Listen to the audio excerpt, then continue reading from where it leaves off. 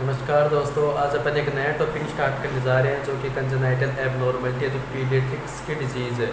But ये कभी कभी क्या है, एडल्ट्स में भी हो जाती है ओल्डर एज के बाद में। ठीक है, तो आज का जो अपना टॉपिक है वो क्या है, कॉन्स्टिपेशन एंड एनकोप्रेसिस। कॉन्स्टिपेशन तो लगभग सबको पता होगा, लेकिन एनकोप्रेसिस क्या होता है ये अपन आज डिस्कस करेंगे। तो हम डिजीज़ डिस्कस करेंगे, तो स्टार्ट करते हैं कॉन्स्टिपेशन से आज अपनी क्लास।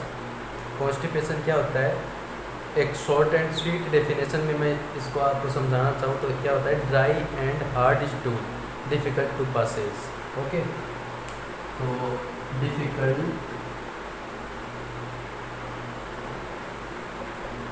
टू पासेस, ड्राई और हार्ड स्टूल। मतलब हार्ड और ड्राई स्टूल जो अपने को स्टूल पास आउट करने में दिक्कत आती हो। अब दूसरी बात यहाँ पे आती है एनकोप्रेसिस की। एनकोप्रेसिस भी मेनली क्या होता है, कॉन्स्टिपेशन ही होता है। कॉन्स्टिपेशन मीन्स इनको अपन डिफाइन करना चाहिए एनकोप्रेसिस, तो एनकोप्रेसिस इज एन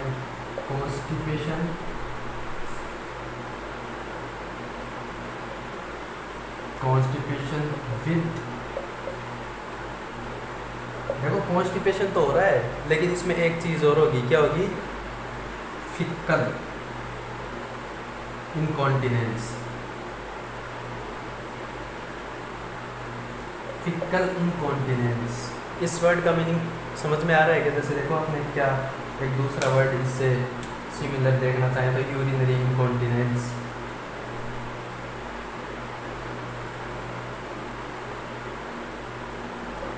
क्या होता है यूरिनरी इनकॉन्टिनेंस, मतलब जो यूरिन पास आउट करता है पेशेंट तो पता ही नहीं चलता उसको कब यूरिन निकल गया। ठीक है, तो यूरिनरी इनकॉन्टिनेंस होता है सेम लाइक फिकल इनकॉन्टिनेंस होता है। इसका मतलब क्या होता है कि मतलब बच्चे को पता नहीं चलता अपना स्टूल जो है वो कब पास आउट हो गया।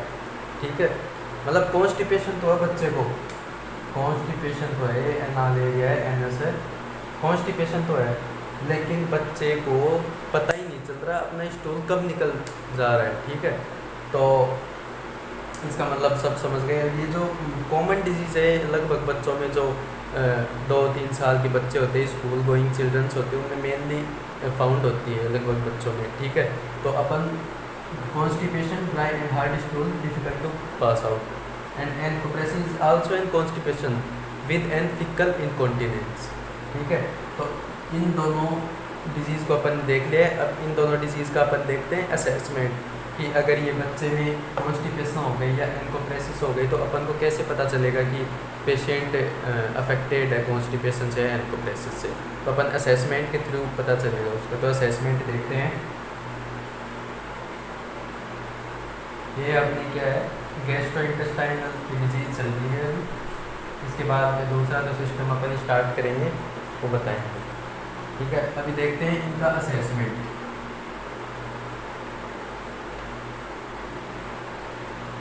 असेसमेंट पहले देखें अपन कॉन्स्टिपेशन का, बाद में देखेंगे एनकोप्रेसिस का।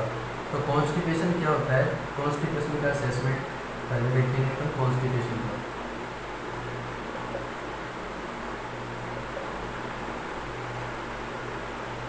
कॉन्स्टिपेशन का असेसमेंट, बच्चे के हो रही है कब्जी, तो क्या साइन आएंगे बच्चे में, पेट में दर्द होगा या नहीं होगा, होगा, विद क्रैम्पिंग, क्रैम्पिंग के साथ होगा, तो एब्डोमिनल पेन,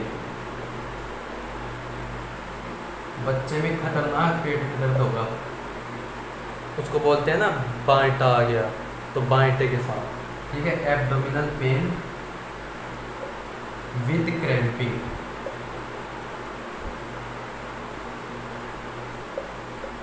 विद क्रैम्पिंग। ठीक है, इसमें एक वर्ड और यूज करेंगे अपन, विदाउट डिस्टेंशन। विदाउट डिस्टेंशन मतलब यहाँ पे एब्डोमिनल डिस्टेंशन की बात हो रही है, तो बच्चे में पेट में दर्द होगा क्रैम्पिंग के साथ without abdominal distension. Abdominal distension नहीं होगा। एब्डोमिनल डिस्टेंशन क्या होता है, जो अपना जो एब्डोमिनल जो कैविटी होती है उसका पूरा सर्कमफ्रेंस जो होता है, डायमीटर जो होता है, उसको सर्कमफ्रेंस बोला जाता है। ठीक है। तो अगर कॉन्स्टिपेशन हो रहा है तो जैसे पेट फूल गया, सपोज पेट फूल रहा है, ठीक है, तो उसमें एब्डोमिनल डिस्टेंशन बढ़ रहा है ना, वही बात यहाँ पे हो रही है। तो यहाँ पे जो जब कॉन्स्टिपेशन होगा बच्चे को तो एब्डोमिनल डिस्टेंशन नहीं होगा, ठीक है।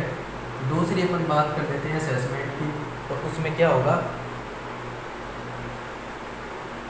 Palpable and movable faecal muscles, ठीक है। तो फिकल जो है ना, फिकलित जो यहाँ पे प्रेजेंट है, सपोज ये अपना फिकलित, फिकलित किसको बोलते हैं, स्टूल को ही बोलते हैं जब तक वो इंटेस्टाइन में है, ठीक है। तो ये स्टूल यहाँ पे प्रेजेंट है। तो जब अपन इसको पाल्पेट करेंगे यहाँ से एब्डोमेन के ऊपर से पाल्पेट करेंगे, तो ये फिकलित क्या है कि यहाँ पे अगर प्रेशर बढ़ रहा है तो इधर सरक जाएगा, अगर इधर प्रेशर कर रहे हैं तो इधर सरक जाएगा, ठीक है। तो palpate when palpable movable faecal muscles is present, ठीक है। और थर्ड जो अपन इसकी बात कर लेते हैं असेसमेंट की, थर्ड जो असेसमेंट इसमें पाया जाएगा वो कौन सा पाया जाएगा,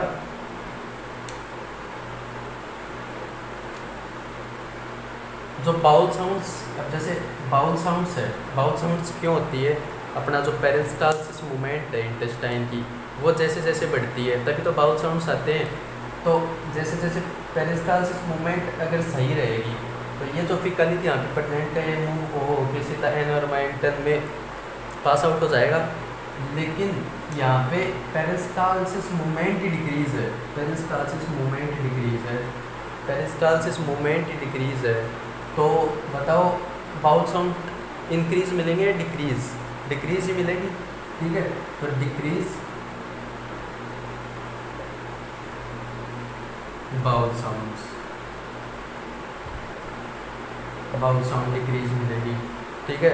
तो फोर्थ जो अपन पॉइंट देखते हैं इसमें वो है, अब काफ़ी दिनों से बच्चे की क्या है कॉन्स्टिपेशन हो रहा है, ठीक है। जो स्टूल जो है वो काफ़ी दिनों तक इंटेस्टाइन में पड़ा है, तो बच्चे को क्या है एनोरेक्सिया होगा, कुछ भी खाने का मन नहीं करेगा, ठीक है, कुछ भूख नहीं लगेगी। Anorexia means loss of appetite,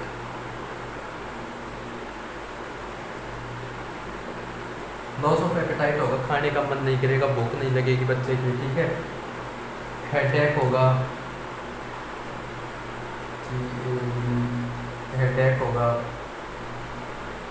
nausea होगा, जी घबराएगा उसका, और मे भी वॉमिटिंग भी हो सकती है,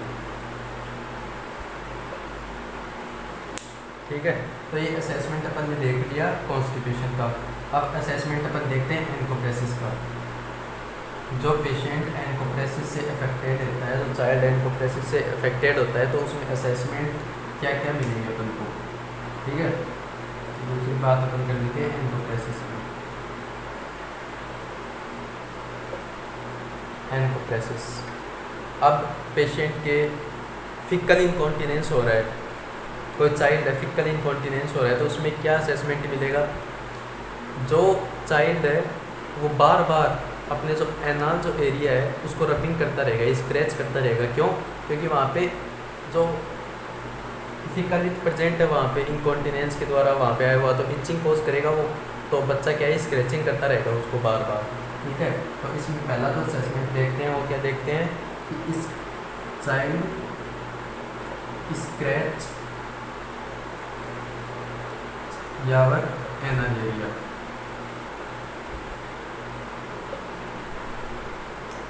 एनल एरिया स्क्रैच करेगा।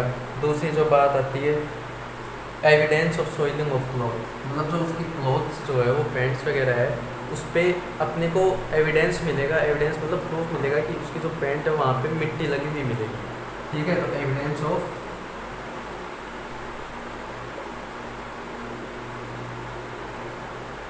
एविडेंस ऑफ सॉइलिंग मिलेगा। जो थर्ड जो है पेशेंट है वहाँ पे उसके फिकल इनकॉन्टिनेंस हो रहा है, उसके कपड़े की है वो ख़राब हो गए, कपड़े ख़राब हो रहे हैं, क्यों, क्योंकि फिकल की वजह से। तो उसमें मेनली बात है फिकल ऑर्डर आती रहेगी उस बच्चे में, फिकल ऑर्डर आती रहेगी, हालांकि फिकल ऑर्डर आती रहेगी, स्मेलिंग आती रहेगी बहुत ख़राब, तो कोई भी उसके पास में आना नहीं चाहेगा, कोई भी उसके पास में बैठना नहीं चाहेगा, फ्रेंड सर्किल उसका डिक्रीज होगा, ठीक है, और इसकी वजह से सोशल विड्रॉल होगा पेशेंट में।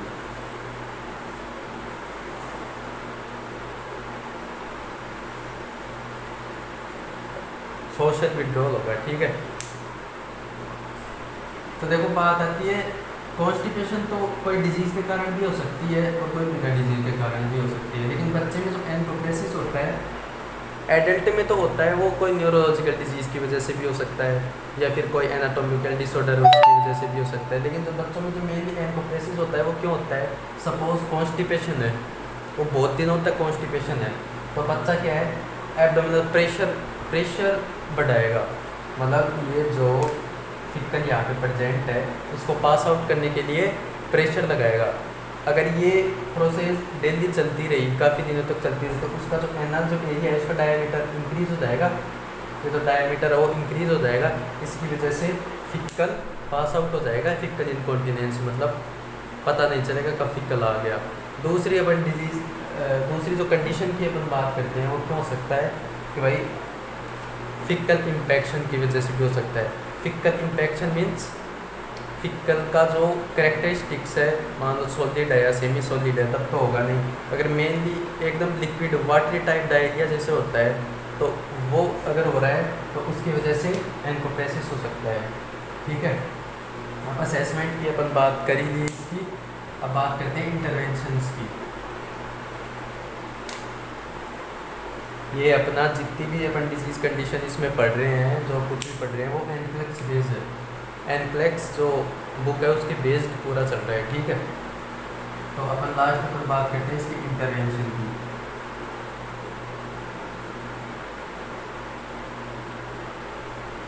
इंटरवेंशन क्या होगा कि भाई पेशेंट है, बच्चा है, पता है कॉन्स्टिपेशन से है, तो एज अ नर्स अपन को क्या बताना चाहिए कि पेशेंट को ये खिलाओ, ये मत खिलाओ, साइन ऑफ कॉम्प्लिकेशंस वगैरह ये बताने चाहिए ना। तो क्या क्या अपने को देखने को मिलेगी इसमें? सबसे पहले तो कॉन्स्टिपेशन हो रहा है, कॉन्स्टिपेशन हो रहा है तो वहाँ पे पेरिस्टालसिस मूवमेंट डिक्रीज है। इंटेस्टाइन की पेरिस्टालसिस मूवमेंट अपन कैसे इंक्रीज़ कर सकते हैं? या तो जो फाइबर डाइट है, देखो जो डाइट में जो अपन फाइबर देते हैं वो इंक्रीज़ करता है, फिर पेरिस्टालसिस मूवमेंट को डिक्रीज़ करता है, कॉन्स्टिपेशन को, ठीक है। तो हमेशा जो भी सर्जरी हुई हो तो सर्जरी के बाद जो पेशेंट को कोई भी डाइट देते हैं डॉक्टर्स, तो उनको हाई फाइबर डाइट देते हैं ताकि कॉन्स्टिपेशन नहीं है, ठीक है। तो सबसे पहला इंटरवेंशन तो अपना है प्रोवाइड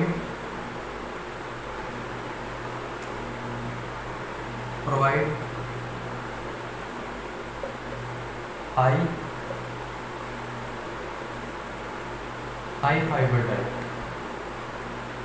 हाई फाइबर डाइट देनी है। अब हाई फाइबर में भी कौन सी डाइट देनी है, क्या क्या अपन बच्चे को दें, क्या क्या नहीं दें, तो इसमें पहले अपन बात कर लेते हैं किसकी? वेजिटेबल्स की। पहले वेजिटेबल्स की बात करते हैं अपन, ठीक है। वेजिटेबल्स में कौन कौन सी सब्जी देनी चाहिए? देखो रो बात आती है रो वेजिटेबल्स, कच्ची सब्जी कौन कौन सी दे सकते हैं अपन?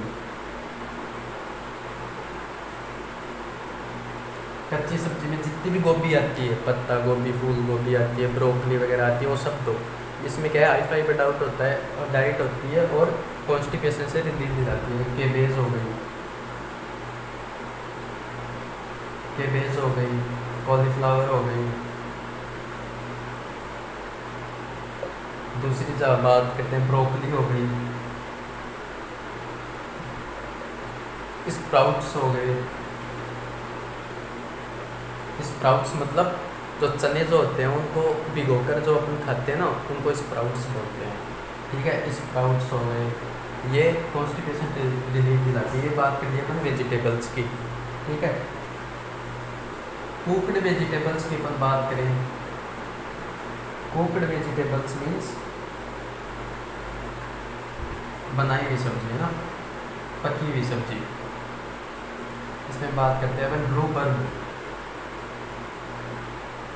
रूबर्ब एक प्लांट होता है जो अपन मेनली यहाँ पे नहीं मिलता, लेकिन वो बहुत ही न्यूट्रिशन होते हैं इस प्लांट में, ठीक है।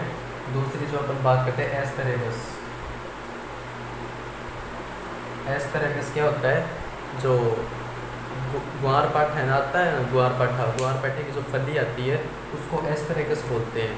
ठीक है, ये कुकड़े, इसकी सब्जी खाने में कॉन्स्टिपेशन से रिलीव हो जाती है। जो ग्वार पाठे की जो सब्जी है, जो एलोवेरा होता है, उसकी जो फली होती है उसको एस्पैरेगस बोलते हैं। ठीक है, ये जो मेनली मिलेगी अपने को पहाड़ी इलाके में। ठीक है, अब ये तो बात हो गई अपनी वेजिटेबल्स की। दूसरी बात, अगर अपन फ्रूट्स खाना चाहे तो कौन से फ्रूट्स खाना चाहे जो हाई इन फाइबर डाइट है। ठीक है, तो फ्रूट्स की अपन बात करते हैं। फ्रूट्स में जितने भी फ्रूट्स है जिसके स्किन है, स्किन में एप्पल है, जैसे एप्पल है, ठीक है, एवोकाडो है, एवोकाडो मीन्स नाशपाती, नाशपाती, जितनी भी फ्रूट्स है जिसके स्किन आती है जैसे, ठीक है, तो उनको खाना चाहिए। वो हाई फाइबर इन डाइट होते हैं जितनी भी स्किन आती है। लेकिन बात आती है अभी बनाना की। बनाना एक ऐसा फ्रूट है जिसके स्किन तो नहीं होती, लेकिन ये high in fibre diet, high fibre diet होता है। ठीक है, ये फ्रूट्स की बात हो गई। और जितने भी सीरियल्स, वेट्स वगैरह है, गेहूँ, अनाज, जितने भी है वो सब खाने चाहिए। उससे क्या है, कॉन्स्टिपेशन नहीं होता। ठीक है, ये हाई फाइबर डाइट की बात हो गई। दूसरा जो इंटरवेंशन अपन इसमें करेंगे, जिस बच्चे की कॉन्स्टिपेशन हो रहा है, शुगर और मिल्क बंद कर दो भाई, अवॉइड कर दो एकदम। शुगर, जो मिल्क शुगर है और जो मिल्क प्रोडक्ट्स हैं, डेयरी प्रोडक्ट्स है, वो बंद कर देने चाहिए।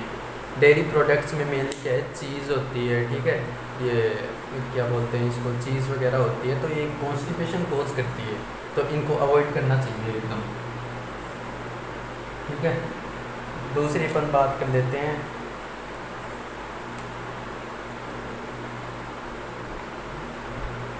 Monitor for हाइपरनेट्रीमिया।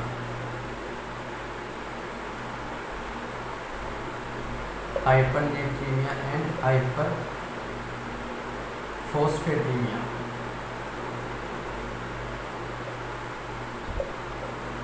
हाइपरफॉस्फेटेमिया मतलब अगर पेशेंट का ये जो स्टूल है, ठीक है, ये निकल नहीं रहा, तो फॉस्फोरस की मात्रा बढ़ेगी और सोडियम की मात्रा भी बढ़ेगी। ठीक है, तो सोडियम की मात्रा अपन कैसे चेक कर सकते हैं, नॉर्मल सोडियम लेवल कितना होता है, नॉर्मल सोडियम लेवल होता है 135 to 145 milliequivalent per litre. और वहीं पे बात कर लेते हैं अपन फॉस्फोरस की, तो normal phosphorus level,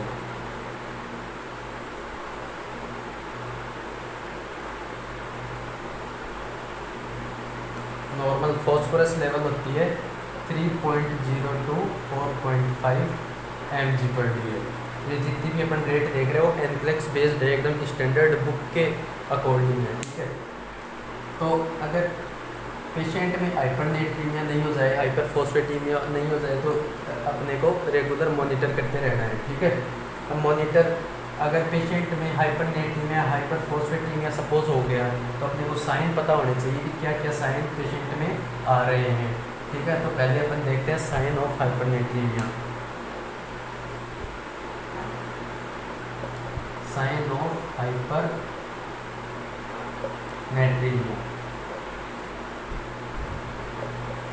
sign of hypernatraemia क्या हो सकते हैं, फीवर आएगा उसमें।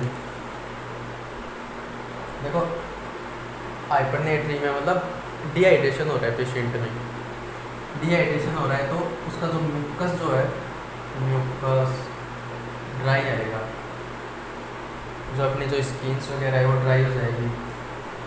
ठीक है, दूसरी बात अपन कर लेते हैं, जो फीवर आएगा, इंक्रीज टेम्परेचर मिलेगा और पेशेंट लिथार्जी होगा। लिथार्जी मतलब एक्सट्रीम वीकनेस, थका हुआ होगा पेशेंट। ठीक है, और पेशेंट में ओलिग्यूरिया भी होगा। ओलिग्यूरिया मतलब जो यूरिन आउटपुट है,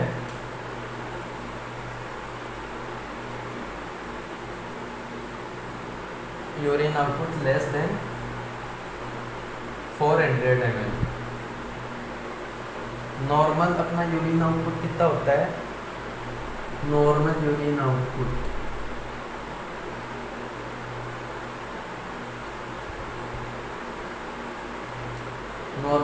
आउटपुट होता है अपना 1500 to 2000 ml, ठीक है, पर डे का होता है। अब अपन ये बात कर लिए जो हाइपरटेंसिटी में अगर पेशेंट की हो रहा है तो उसमें ड्राई म्यूकस मेम्ब्रेन मिलेगी, ठीक है, फीवर होगा, चिल्स आएंगे, इंक्रीज टेम्परेचर मिलेगा, लिथार्जी मिलेगा और ओलिगोरिया होगा पेशेंट में। नेक्स्ट अपन बात कर लेते हैं हाइपरफॉस्फेटीमिया की। हाइपरफॉस्फेटीमिया अगर पेशेंट में हो गया तो उसके क्या साइंस अपने को देखने को मिलेंगे? देखो HYPPR phosphatemia, increase phosphorus level in the blood. अगर ब्लड में फॉस्फोरस लेवल इंक्रीज हो रहा है तो इसके साइन अपने को देखने को मिलेंगे टिटेनी मिलेंगी। टिटेनी क्या होता है? टिटेनी एक डिजीज कंडीशन होती है जिसमें अपने को दो साइंस देखने को मिलते हैं। देखो हाइपर फॉस्फेटीमिया में एक साइन देखने को मिलेगा टिटेनी। टिटेनी को अपन कैसे पहचान पाए? इसमें दो साइन आते हैं, चॉपस्टिक साइन एंड जो एक तो चॉपस्टिक इक्ट्रोजियस साइन।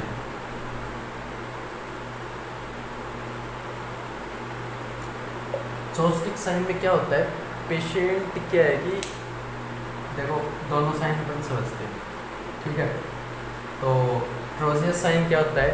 जब पेशेंट का बीपी लेते हैं, यहाँ हाथ से बीपी लेते हैं, तो जब उसका जो प्रेशर 180 से इंक्रीज होने लग जाता है प्रेशर का, तो उसकी जो हाथ है वो अपने आप ऐसे बैंड होने लग जाता है।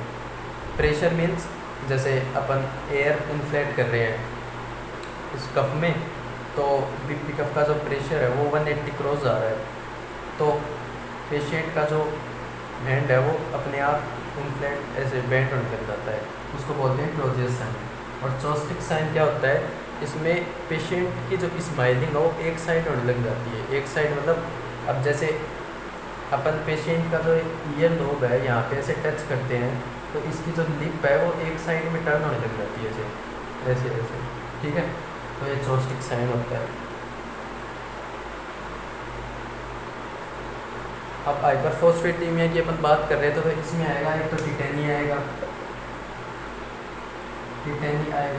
दूसरी अपन बात कर लेते हैं मसल वीकनेस होगी, मसल वीकनेस होगी और डिसरिथमिया।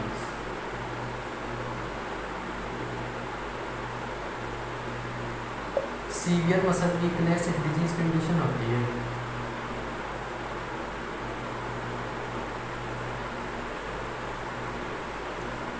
सीवियर मसल वीकनेस एक डिजीज कंडीशन होती है जो उस डिजीज को क्या बोला जाता है? Myasthenia gravis.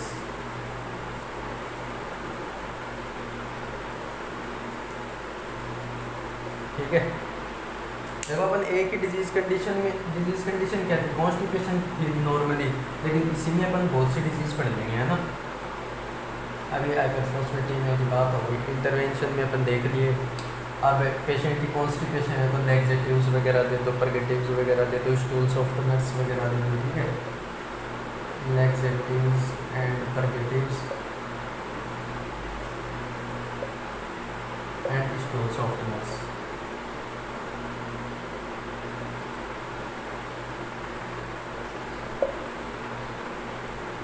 एक जो लास्ट जो साइन है वो अपने को चेक करना है। क्या चेक करना है?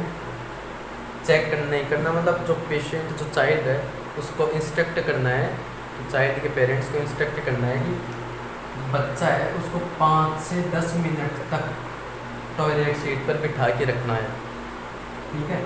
और दूसरी बात, आफ्टर ब्रेकफास्ट एंड डिनर बच्चे को 20 से 30 मिनट तक टॉयलेट सीट पर बिठा के रखना है, ठीक है। ये अपन इंस्ट्रक्ट करेंगे चाइल्ड के पेरेंट्स को। Thank you. आज की क्लास अपनी यहीं तक थी, सबको समझ आया आशा है। और कुछ समझ नहीं आया वो कमेंट बॉक्स में कमेंट कर देना, उसका आंसर मैं दे दूँगा। ठीक है, थैंक यू।